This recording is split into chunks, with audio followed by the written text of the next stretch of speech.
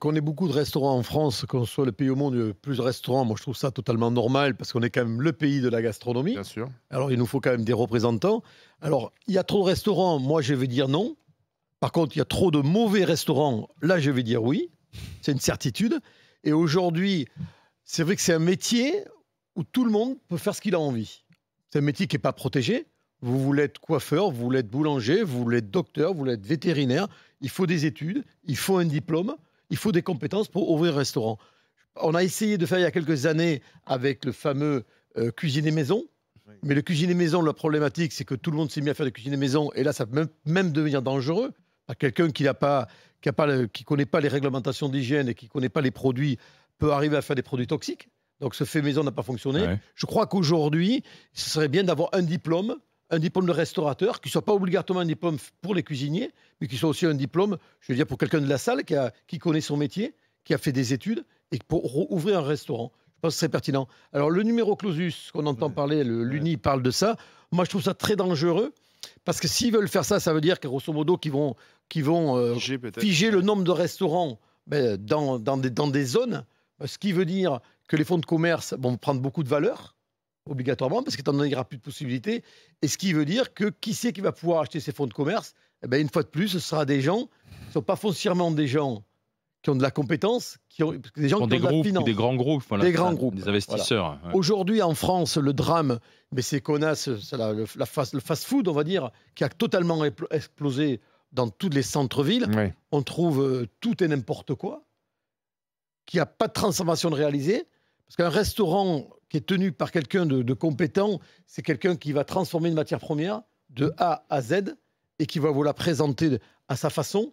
Aujourd'hui, 80% des restaurants achètent un produit fini et ne font que le revendre, c'est simplement des passeurs. Donc, ce qui veut dire que c'est des produits qui sont assez insipides, qui n'ont pas de valeur ajoutée, qui n'ont pas de caractère dedans. Donc, en fait, tu es pas pour le numerus... qui n'ont pas d'ambiance et qui n'ont pas l'âme de l'auteur du restaurant. Pas de numerus clausus, mais davantage de contrôle. C'est ce que tu dis, quoi. Moi, je pense qu'il faudrait réaliser vraiment ce qui est demandé, carrément un diplôme de restaurateur. Avant de monter un restaurant, il faut avoir les compétences et donc les justifier par une formation. Joël, tu es d'accord ou pas? Absolument pas. Vraiment, absolument pas. Déjà, en France, dès qu'on a un problème, on pense à réglementer ou à interdire. Ça, c'est la première chose. On se dit, on va interdire, on va réglementer, et là, ça va arranger les choses. Moi, je crois plutôt à la liberté. La restauration, je connais parce que j'ai un frère qui travaille dedans depuis presque 15 ans maintenant et qui a dirigé plusieurs restaurants. Qui a fait des études ou Justement, c'est ce que j'allais on peut se tutoyer, Yves. Oui, monsieur. Oui, c'est ce que j'allais... Il est temps, parce qu'à 10h27... non, mais on sait jamais, on demande. Justement, c'est ce que j'allais te dire. C'est encore un des seuls secteurs en France où tu peux réussir, progresser par le travail, apprendre sur le tas. C'est un des seuls secteurs où quand tu te dis, quand tu es un peu doué... Donc il fait une formation. Il fait une formation. Non, pas du tout. Pas du tout. S'il apprend sur le tas. Mais non, oui, une formation sur le tas. Un chef ne fait pas une formation. Un chef, c'est un artiste qui ne fait pas de formation pour être un artiste. C'est l'un des seuls métiers où quand tu es motivé, quand tu es prêt à travailler très dur, parce qu'il y a des heures impossibles, etc. Tu fais un apprentissage. Exactement. Et là, on me parle de réglementer, de mettre des numéros clausus. Tu me parles de diplôme. Je suis contre. Non. Il est contre. Tu contre. Pas de quota. C'est vrai. Mais tu me parles de diplôme, etc. Donc il faut dans ce pays rendre tout élitiste. Ça, c'est important. Tout doit être élitiste. Non. Tout doit être bloqué. Pas vrai. Il faut mettre des barrières. Il faut mettre des barrières à l'entrée. Non, mais non, j'ai tenu des bistrots. Je ne suis pas élitiste. J'ai fait à manger pour 15 €. Oui, pas ça. Oui, mais... Non, ce que je demande, moi, c'est une formation. Quand vous conduisez une voiture, vous n'avez pas une formation. D'accord. Mais c'est pareil. C'est vraiment de la formation. Toi, Yves, tu fais partie maintenant des grands chefs. Tu fais partie maintenant des grands chefs et tu es dans le système. Et quand on rentre dans le système, ce qu'on veut surtout, c'est fermer les portes derrière soi. Non, c'est pas ça. Attention, peut-être pas toi complètement, mais il y en a plein. Non, maintenant, parce qu'il est contre les parce qu'il y a de la concurrence. Moi, je dis que le marché régule la chose. T'es pas bon, tu vas fermer. C'est simple. D'ailleurs, on a plein qui ferment dans les 3 ans, comme l'a dit Olivier. T'es pas bon, ça va dégager. Pourquoi? Parce que c'est justement un secteur où tu as besoin non seulement de compétences de gestion, de compétences humaines, parce que c'est un secteur très humain, etc. Et de compétences techniques, parce que si tu fais la cuisine... Pour aller dans le sens de Yves, s'il y a des mauvais restaurants, ça nous dessert. Ça dessert l'image. C'est la corporation. Aujourd'hui, Yves, qui dessert, c'est le fait d'appeler n'importe quoi restaurant. Bah oui, mais déjà, il faut commencer par ça. Qu'est-ce qu'un restaurant? Qu'est-ce qu'un restaurant? C'est quelqu'un qui transforme un produit de A à Z. Pour moi, alors d'abord. C'est quelqu'un qui achète des produits bruts et qui le transforme et qui le sert. C'est quelqu'un qui fait de la cuisine. Il y en a beaucoup qui le font pas. Aujourd'hui, c'est de l'assemblage. Les 3 quarts, c'est de l'assemblage. Donc, c'est pas restaurant. Donc, il faut se protéger là-dessus. Parce que ça, tout le monde peut le faire. Mais les gens. Par contre, sur le côté formation, excuse-moi, pour moi, un chef, j'ai une haute idée de la cuisine. Ça fait partie de ma philosophie de vie.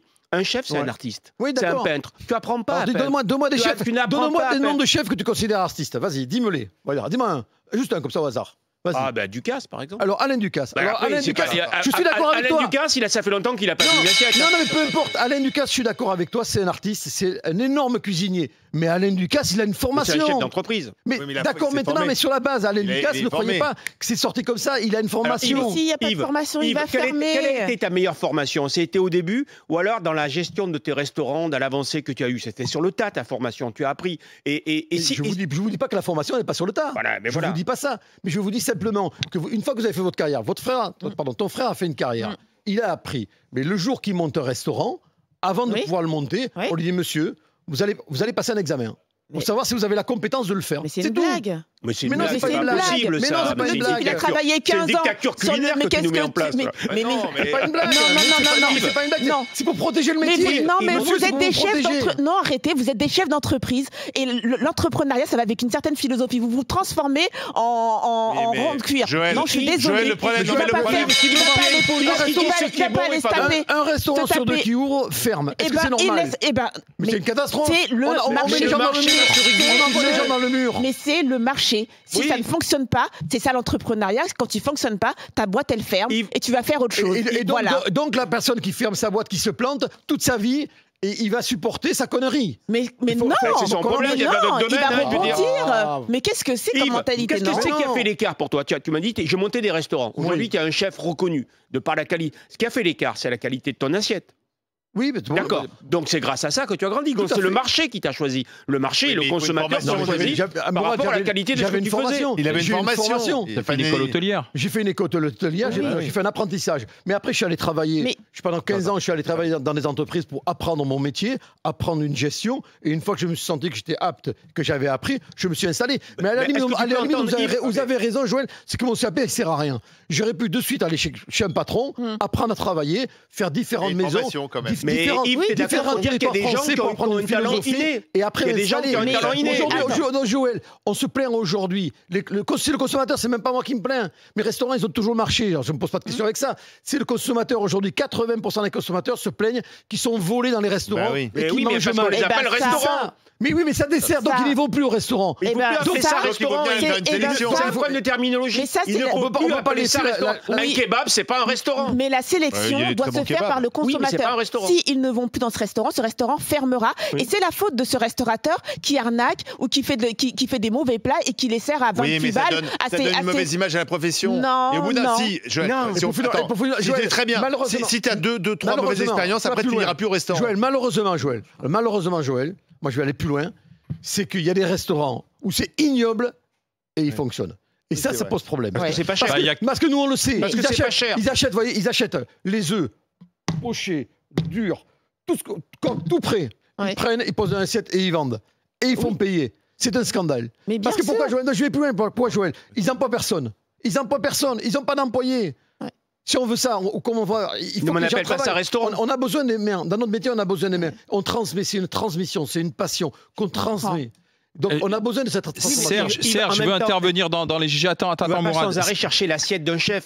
Moi, je vais chercher sur ça, mais pas tous les jours. Serge, tu vas chercher une assiette pour manger vite fait. Serge, bonjour. Bonjour. Bienvenue, Serge, restaurateur du côté de Carry-le-Rouet, dans les Bouches-du-Rhône. Je suis restaurateur sur le village des Marques à Miramas, mais j'habite Carry-le-Rouet, en fait. D'accord. Et moi, quand j'entends les inepties qui sont dites par vos intervenants... on est payé pour ça. Non, mais toi, je te respecte hautement. C'est réciproque. Je dis beaucoup de vérité. Non, par contre, là où je suis entièrement d'accord avec le chef de board, c'est que c'est au niveau de la formation. On a des CFA, ils sont vides. Vous entendez ce que je vous dis? Ils sont vides. Si quand on veut être restaurateur, on doit embaucher quelqu'un qui a un diplôme, et on valorise l'emploi en disant, ben voilà, si vous voulez avoir... Attendez, il y a un truc tout simple. Un coiffeur, si vous n'avez pas un CAP de coiffure, vous ne pouvez pas ouvrir une coiffeur. Est-ce qu'il peut empoisonner des gens, un coiffeur?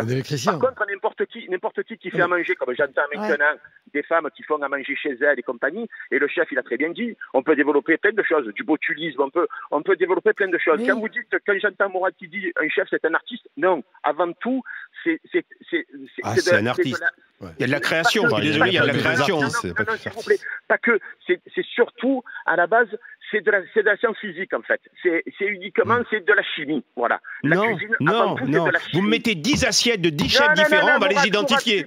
Donc il y a une part de création. Il y a une part de création. De la chimie. Là où il a raison, le chef, c'est que quand tu vois des chaînes, parce qu'à un moment donné, il faut les nommer, les chaîniers, quand il te dit l'œuf, il est poché, et l'œuf, c'est que tu l'achètes à Paris, à Lyon ou à Marseille, il sera toujours de la même merde. Serge, pour corroborer un peu ce que vous dites, il y a un truc, vous parlez du coiffeur, un truc qui m'est arrivé il y a quelques temps. Je suis allé chez un barbeur. Ouais. Ah, c'est bien ça. Tu sais, voilà le barbeur. C'est top. Et le jeune qui était là, je lui dis alors, vous êtes content de ce que vous faites? Il travaillait dans le bâtiment.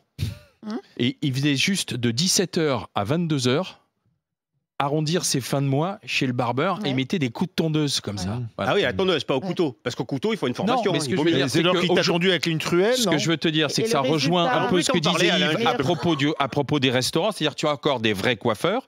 Et à côté de ça, tu as des barbeurs. Certains sont sûrement diplômés. On mélange. À ce moment-là, on mélange un peu tout le monde. Le type, il travaillait sur des chantiers. On peut s'entendre sur le statut de chef. Oui, sur le statut de chef. Tout le monde n'est pas un chef. Là-dessus, je suis d'accord. Par contre, sur le fait qu'il faille une formation, non, parce qu'il y a des gens qui n'ont pas besoin de cette formation, qui ont un talent inné. Parce que vous, formation, diplôme d'État. Non.